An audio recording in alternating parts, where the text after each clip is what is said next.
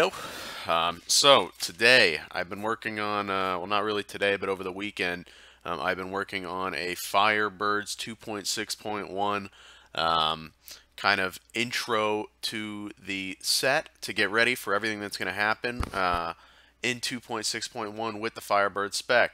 So first and foremost, who am I? You guys know me by now. If you don't, I'm a former top wizard player as far as leaderboards go from season 1 through season 7, 1, 4, 7 specifically. I pushed at the very least top 100, but usually top 20. Season 7, I was top 10 hardcore and softcore wizard ladder.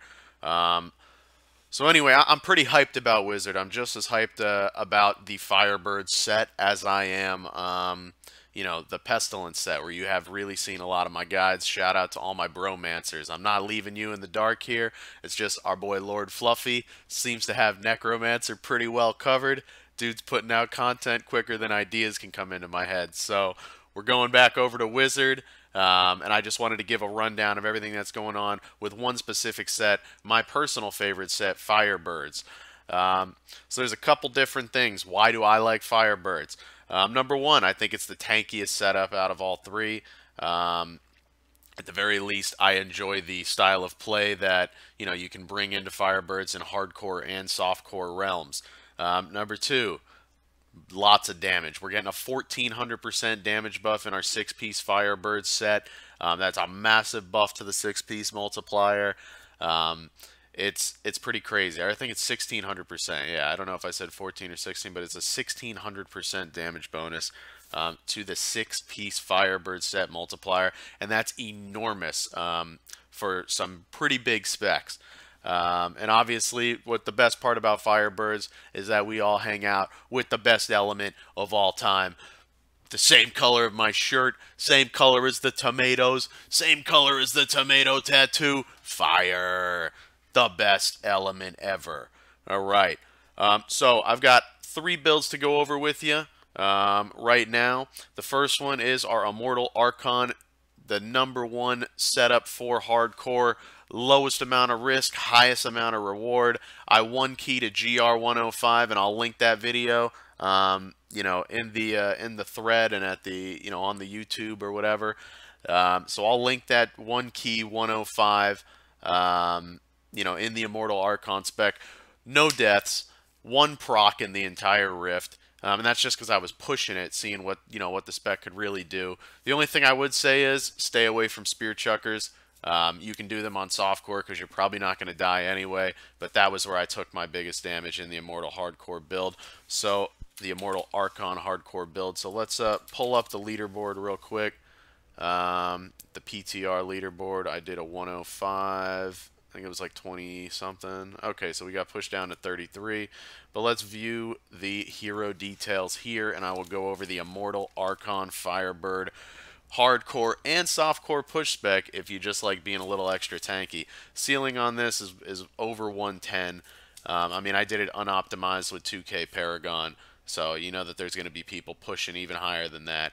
And it's much tankier than the channeling Meteor spec, which I also cleared at 103 with a non-ancient weapon, so that spec has a super high ceiling, but you have to play... Oh no, I did have an ancient weapon in the 103. I cleared a 100 with a non-ancient weapon and a non-ancient source. And I'll clip those up and put them in I'll link them up for you guys also. Without further ado, let's get into the Immortal Firebird Archon spec. Something similar that you guys have seen. There's been variations of this spec going around for a while now.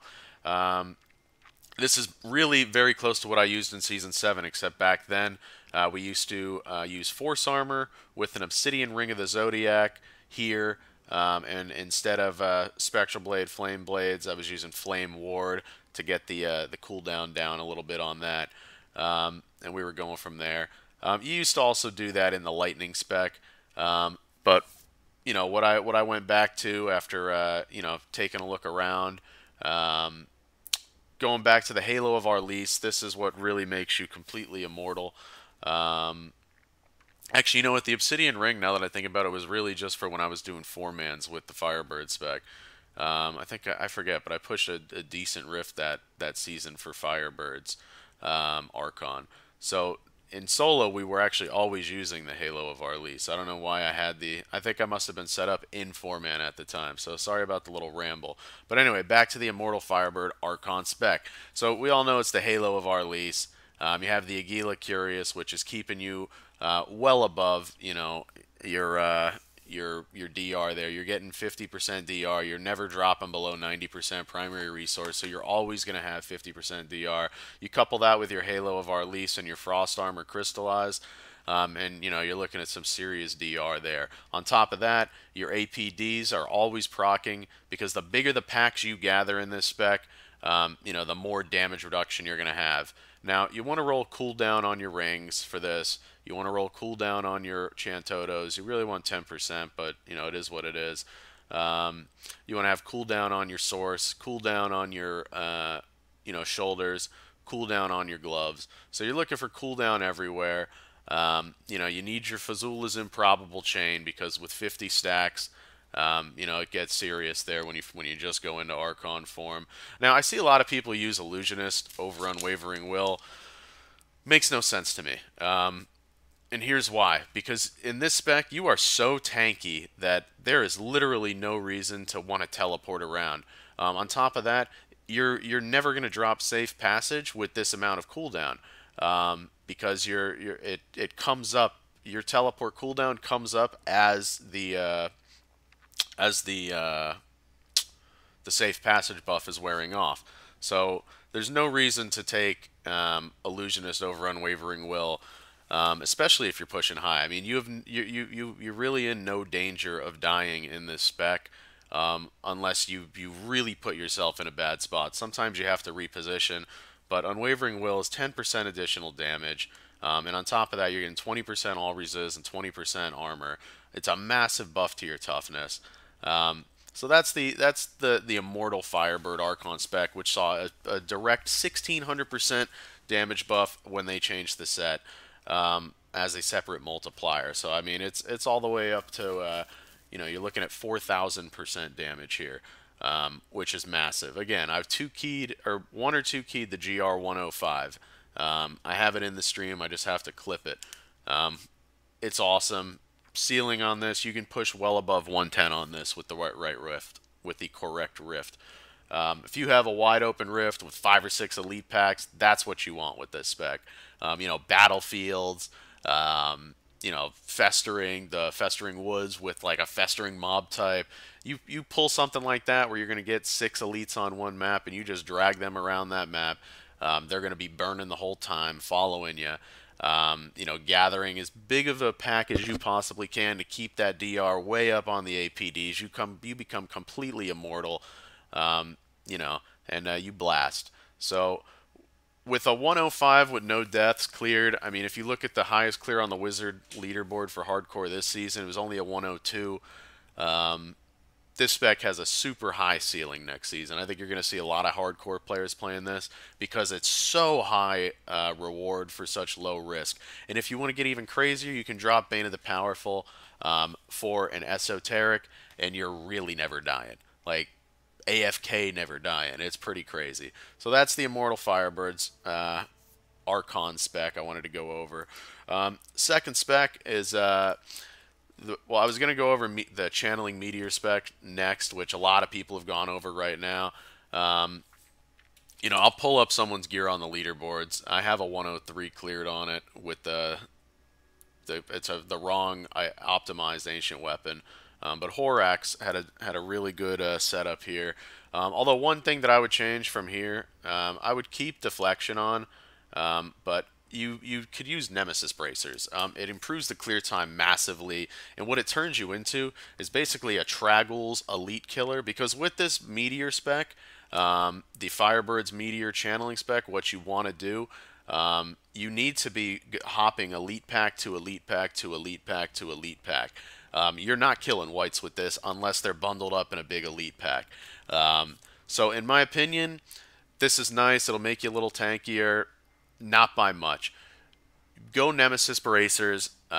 It's night and day. Once I put Nemesis Bracers on the spec, it actually turned into like a speed spec. It was just flying through things, as long as I could go elite to elite to elite.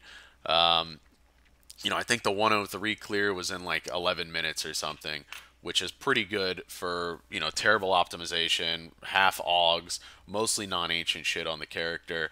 I did roll an ancient weapon. I'll show it to you in a second. It doesn't have life on hit on it though, and that's super important for this spec. So we'll go over Horax's gear though, because for the most part, I like what he did. I really don't like Taeguk over Esoteric in this spec.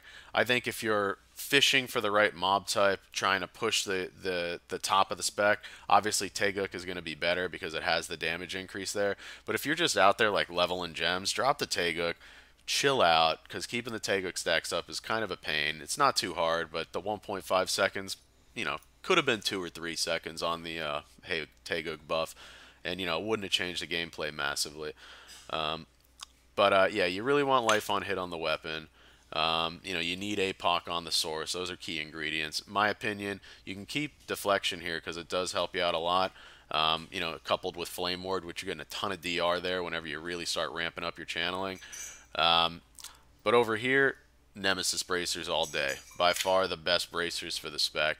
And what I like about this spec also is that you're not using Unstable Anomaly.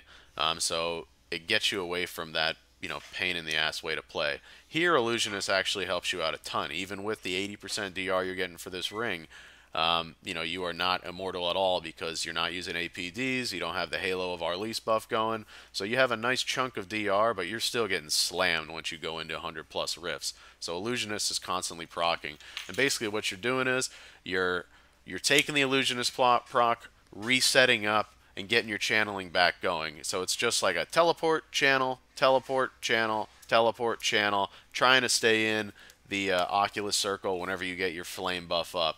I can show a little bit of the gameplay, but I want to show a T13 farm spec around Firebirds that, bites off of Flash Fire, but does it with one spec. Because if you're like me, you don't want to deal with going in, you don't want to deal with switching gear and all that nonsense and auging two separate specs. I hate that. So if you want to just aug one set for a class, because me personally, I want to push Pestilence and I want to push Firebirds, um, this will gives you all three. It gives you a cooldown setup. We're going over, the cooldown setup being the Immortal Firebird Archon spec, the non-CDR spec being the Meteor Firebird channeling wizard that you see here.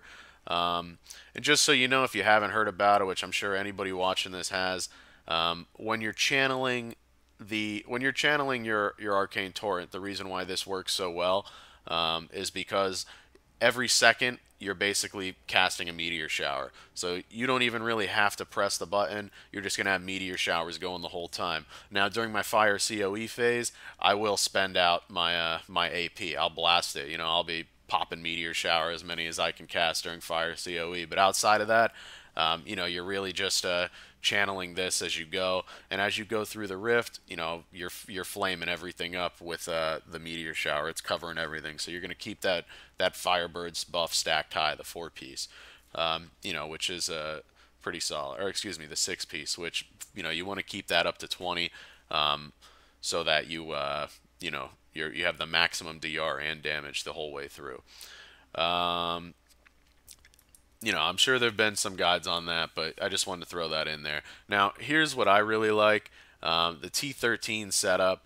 You can use Boon of the Hoarder in place of Gogok and Gold Wrap if you want, but for the sake of this video, I'm just doing this, just this way, basically. So, you want to roll cooldown on gloves, cooldown on shoulders. Obviously, cooldown and explosive blast would be better. I still have meteor damage up here from messing with that meteor spec. That shows you how unoptimized my 103 clear was, because it was garbage on the helmet. Let's see if we can get some crit on here, because we are working for APOC. Need that APOC in this setup. Nope, no crit coming.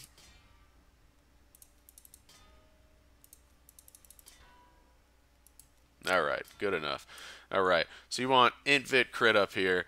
You want to equip a Cinder Coat with a Rorg, just to give you some more, resource some resource cost reduction on your explosive blast because it's going to be going off a lot.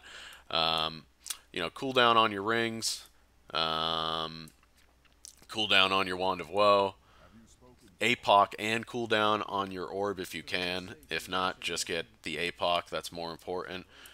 In your cube, you're going Ingeom, Leoric's Crown for even more cooldown. And I went Halo of Karini just for some easy DR and to keep Scramble up so we can move fast. So let me just show you this. Quick little T13 run.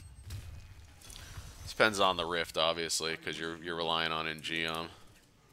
Oh, number lock that one key. And go in. So the first elite is always a little slow, but then you're really melting. Just melting. And you're just elite hunting. But you are blowing shit up. This is really a great spec for T13. Oh, I didn't kill the minions. So my Ingeom dropped off. But this is just as good as Flash Fire. Kills faster. The only thing is with Flash Fire you can use the Sage set. But honestly, Sage set, you know, never did me any favors. So I'm of the opinion where, you know, if I'm a guy that I want to AUG one set, be done with it, have something I can use, you know, for every setup. That's why I like Pestilence. You know, you can do everything there on one set, and that's my biggest thing. I'll go over the skills for this after the Rift. Get that last minion, and we're back.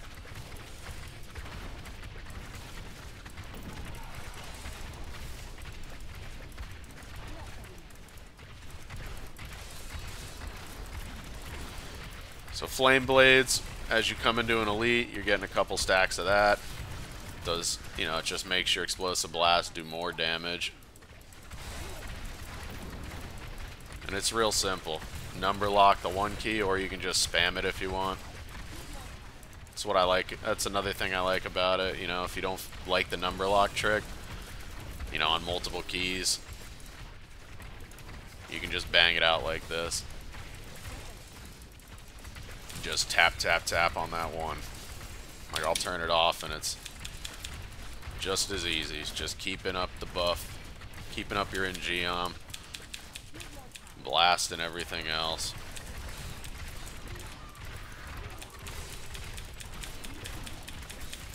So, I mean, it's not the fastest spec out there, but you got a lot going on for you. I'm going to go back to number locking, because I personally can't stand spamming keys. But I know some people, they dig it.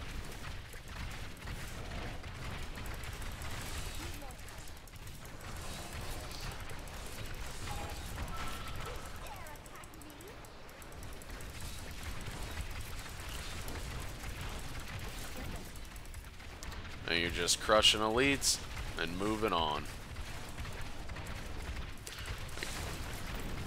Again, like every good speed spec, you have the Nem bracers.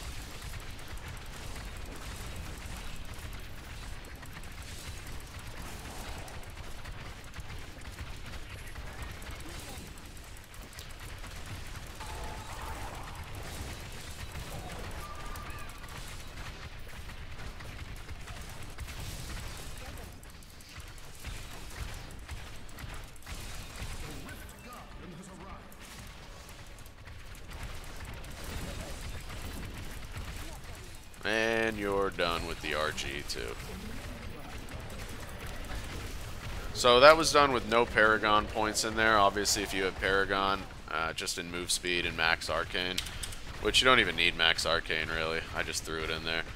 So that's with no Paragon, with a non-ancient weapon, non-ancient Wand of Woe. No AUGs there. You know, obviously this stuff is AUG'd from Season 7.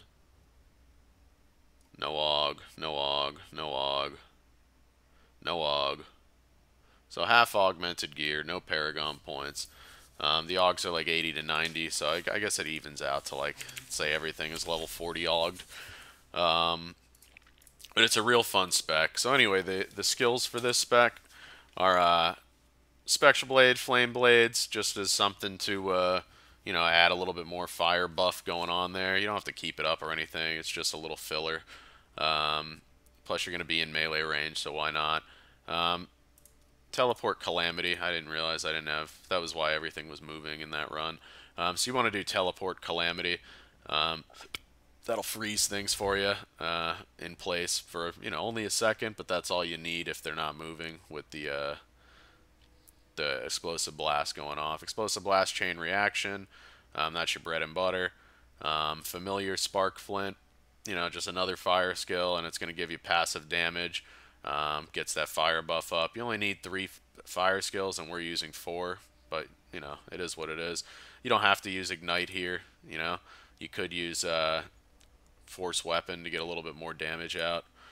Spark Flints, it's only single target, so it's only getting one thing lit at once. That's why I use Ignite. This is just passive damage for me, but Ignite gets everything moving, everything ignited at once.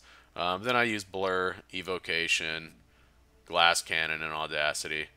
Let's say you didn't want to use Blur. What else could you use? You could use Conflagration. You'll be just fine. So that's it. Those are the 3 specs that I'm excited about in 2.6.1 for Firebirds. The Immortal Archon's been around since Season 7 in different variations. Again, I think the main thing to take away from that is ditch the Illusionist passive, go Unwavering Will.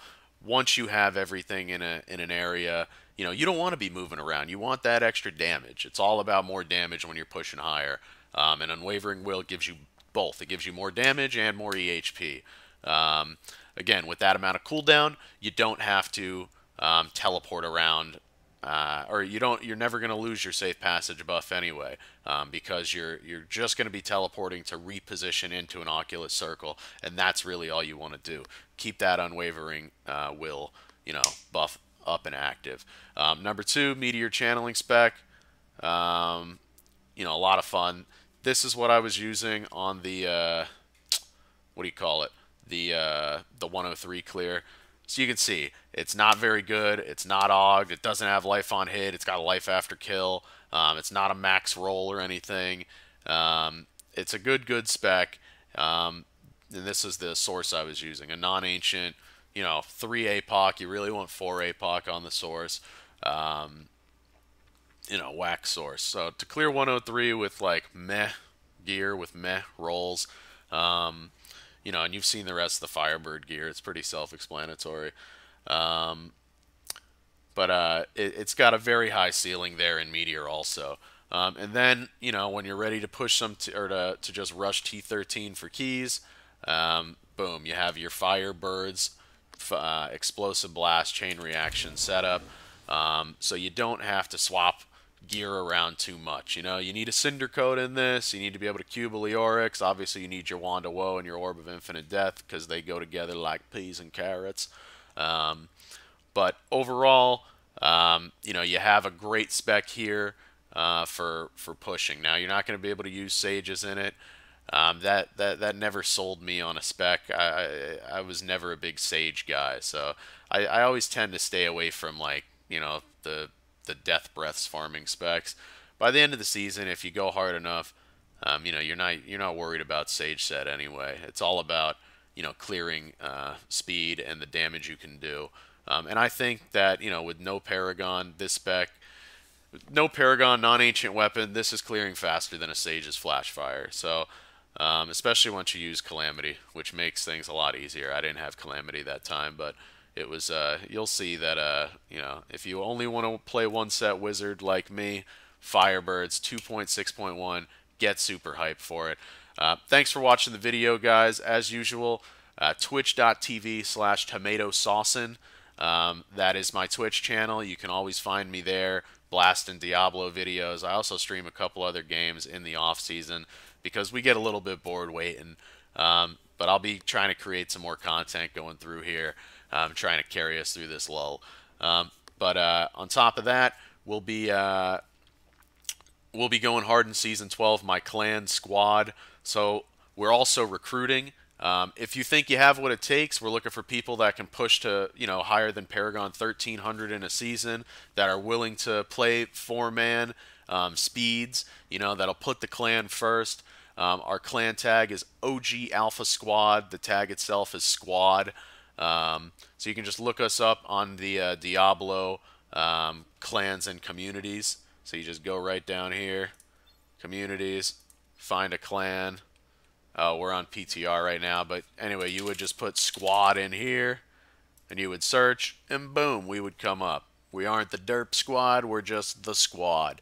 So, it's an open invitation to anybody who enjoys our content on Reddit. We also have Gamer Nuts. He just joined up with Squad, and he's a more popular streamer than I am. Invitations open to you, Lord Fluffy. So if you guys want, we're here. Jump on in for season 12. I'm personally gonna be blasting every second of gameplay in progress on stream. I will not be playing off stream. So you'll see every step of the way how we come up through season 12. Again, subscribe on the YouTube, Tomato Sauce Boss. Shoot me a follow on Twitch. Really appreciate everything that you guys do. I'll keep making videos and going over different sets. I know I kind of have a haphazard way of doing it, but I hope you guys enjoy it. So take it easy. Have a good day. Sauce Boss out.